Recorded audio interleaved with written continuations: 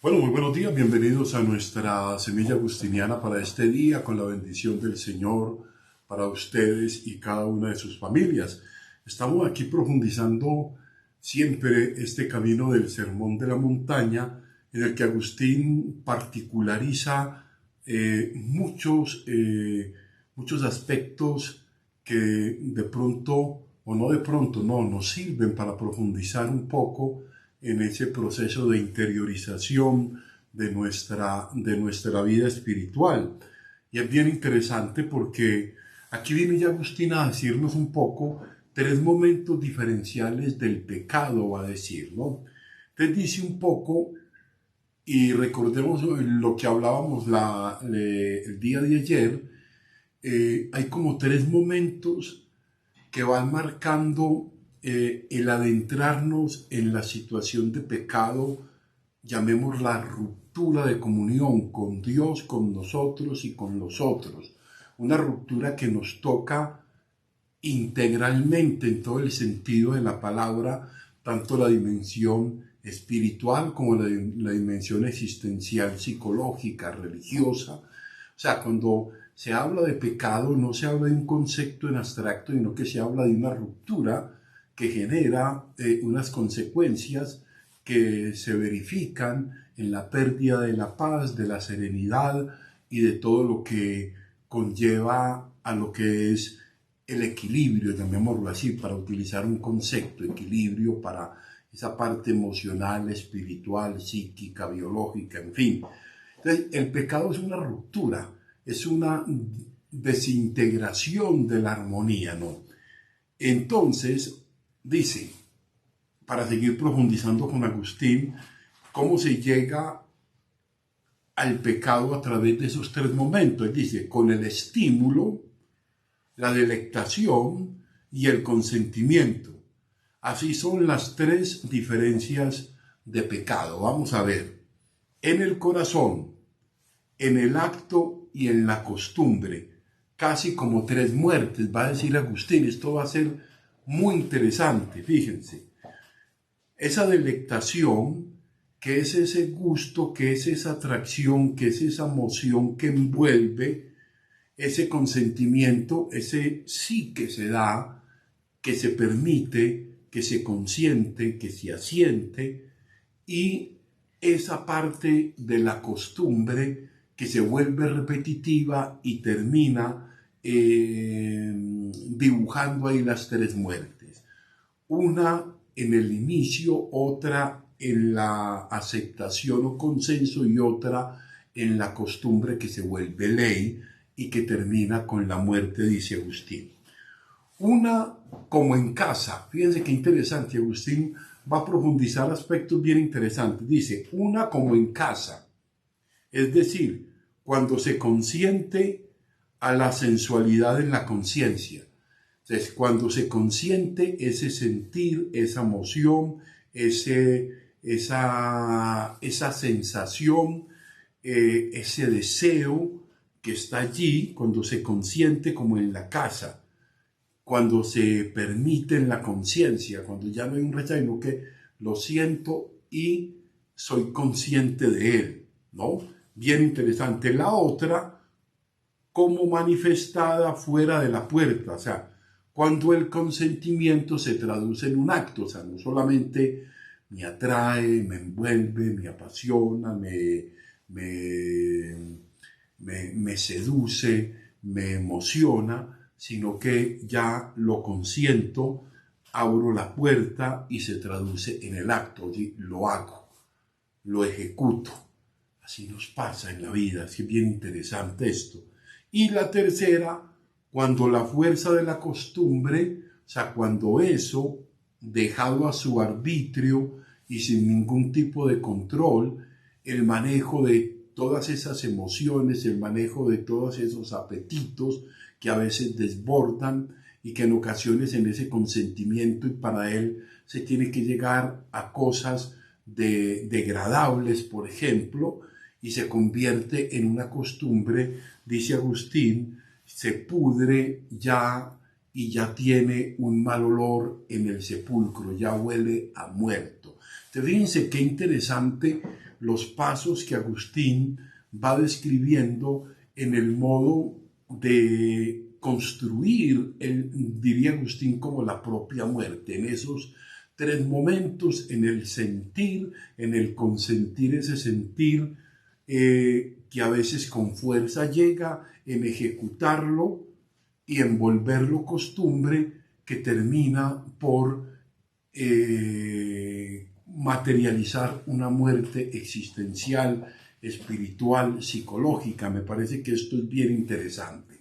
Eso lo podemos revisar en nuestra vida. Yo creo que todos hemos vivido de pronto ese proceso. Cada uno puede dar razón de él y yo creo que nos pasa eso con cierta frecuencia. Pero continuemos en este modo como Agustín sigue de alguna manera motivando a que entremos con mayor profundidad para ir construyendo esa vida cristiana a partir de este sermón de la montaña, que nos damos cuenta que no es una cuestión solo espiritualoide, intimista, sino que va a hurgar, a adentrarse en el misterio mismo de nuestra humanidad, de nuestra historia, de nuestras luces, de nuestras sombras, ¿no?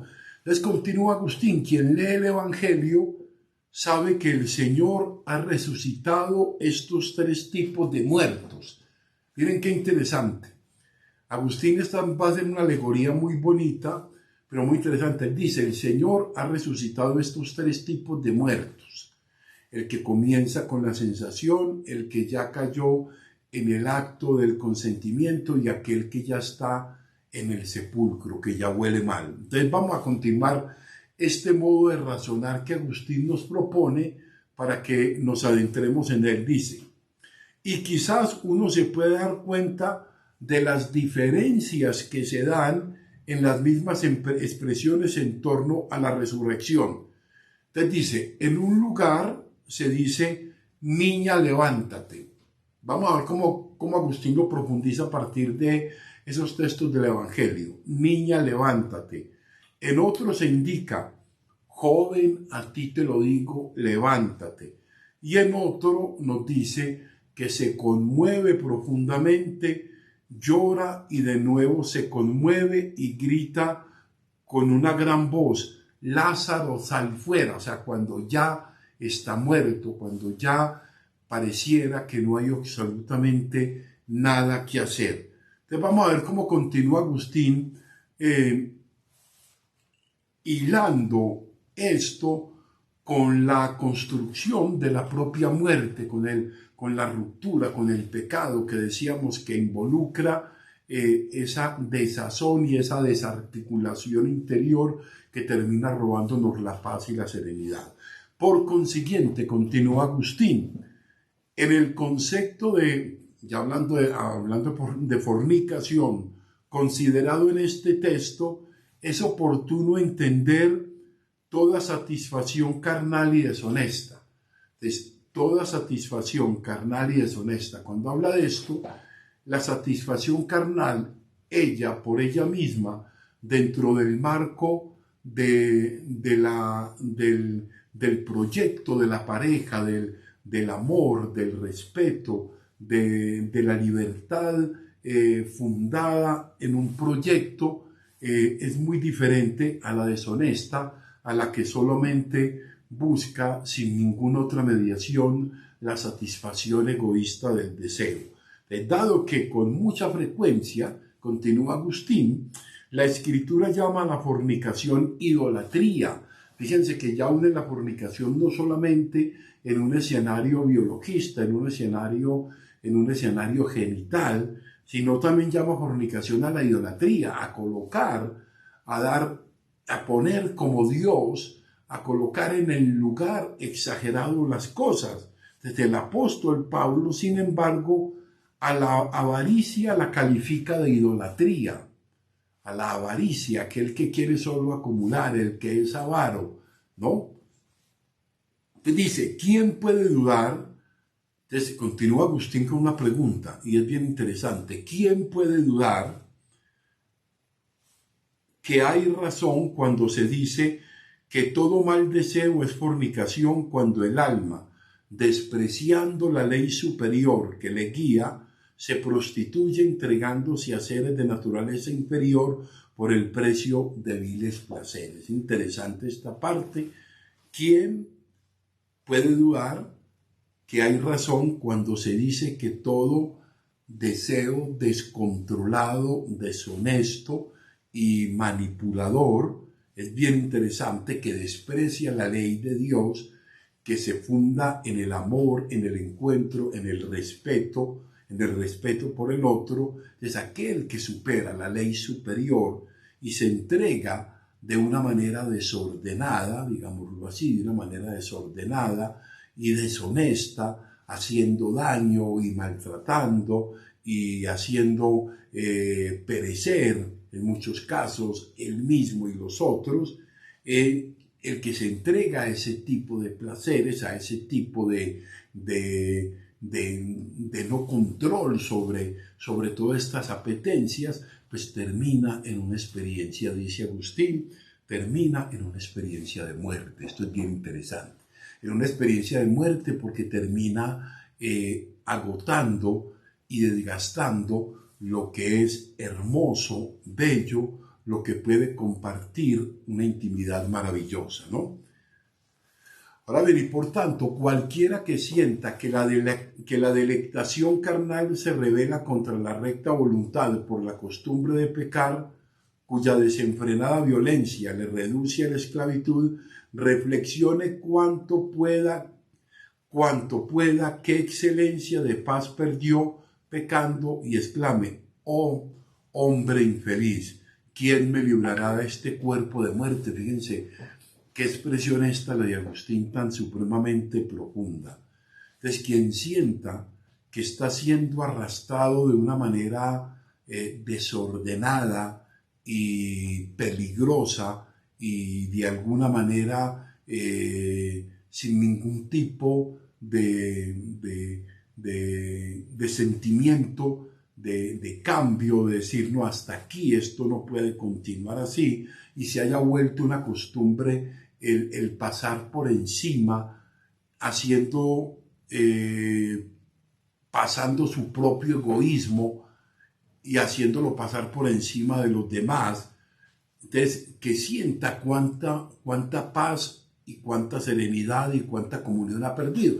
Esto es muy interesante porque lo que nos está queriendo decir en el fondo es que muchas veces cuando le damos una rienda suelta, desordenada y sin ningún tipo de criterio a las pasiones, a las inclinaciones, a los apetitos que a veces pues, nos desbordan, pues terminamos como eso: oh hombre infeliz, ¿quién me librará de este cuerpo de muerte? ¿Quién me librará de esta situación que me domina, que me hunde, que me pone en una situación de esclavitud? Dice, la gracia de Dios por Jesucristo nuestro Señor. Dice, ¿quién me librará de esto? La gracia de Dios. Dios en nosotros, que nos da esa gracia de saber vivir y de saber integrar toda nuestra realidad humana en cada una de sus partes, incluida ese sentir del deseo profundo articulado al proyecto de la comunión, ¿no? Dice, así pues, ya que se reconoce infeliz, implora llorando la ayuda del Consolador. O sea, cuando se siente que ya estoy tocando fondo en este sentido, cuando siento que ya incluso perdí el sentido mismo del mismo placer, del encuentro, cuando es el placer por el placer el que está dominando, él dice, llorando pide ayuda al Consolador, llorando pide quién lo puede soportar para ser luz y volver a recobrar la integración, la paz, la comunión. No, dice el conocimiento de la propia miseria. Esto es bien interesante porque nos va a poner en la clave que propone Agustín. El conocimiento de la propia miseria es una aproximación no pequeña hacia la felicidad. Sabemos que tenemos cosas que nos cuestan, cosas que nos desbordan, cosas que a veces pues, nos dominan, cosas que en situaciones no controlamos de una manera tan fuerte, porque son dominantes, ¿no? Desde el conocimiento de esa miseria ya es un camino para iniciar el camino de la felicidad. Por lo tanto, dice Agustín, citando nuevamente el Evangelio, felices los que lloran, porque ellos serán consolados. Felices los que lloran, o sea, felices los que son capaces de reconocer en todo momento sus fragilidades, sus debilidades, aquellos que sienten que requieren de la gracia, que requieren de la ayuda de Dios, porque ellos serán consolados, porque ellos serán transfigurados desde dentro, ¿no? Es bien interesante. Luego vienen toda esta serie de aplicaciones que el Evangelio propone. Entonces nos vamos a quedar por hoy aquí, en esta parte. Mañana continuamos con eso, amputación del ojo escandalizador. Vamos a ver un poco el tema del ojo, que en Agustín tiene ese sentido, en la alegoría, el tema del ojo, el ojo interior, el que ve dentro de ti, y el modo como ese ojo interior, muchas veces, por muchas razones y por situaciones que han condicionado y por malas decisiones y por tantas cosas, ese ojo interior te impide ver, entonces por lo tanto no ves con claridad un camino hacia dónde dirigirte. Pidámosle pues al Señor que nos ayude todos los días a tratar de seguir construyendo nuestro proyecto de vida cristiana a la luz de este sermón de la montaña. Gloria al Padre, gloria al Hijo y gloria al Espíritu Santo. Amén.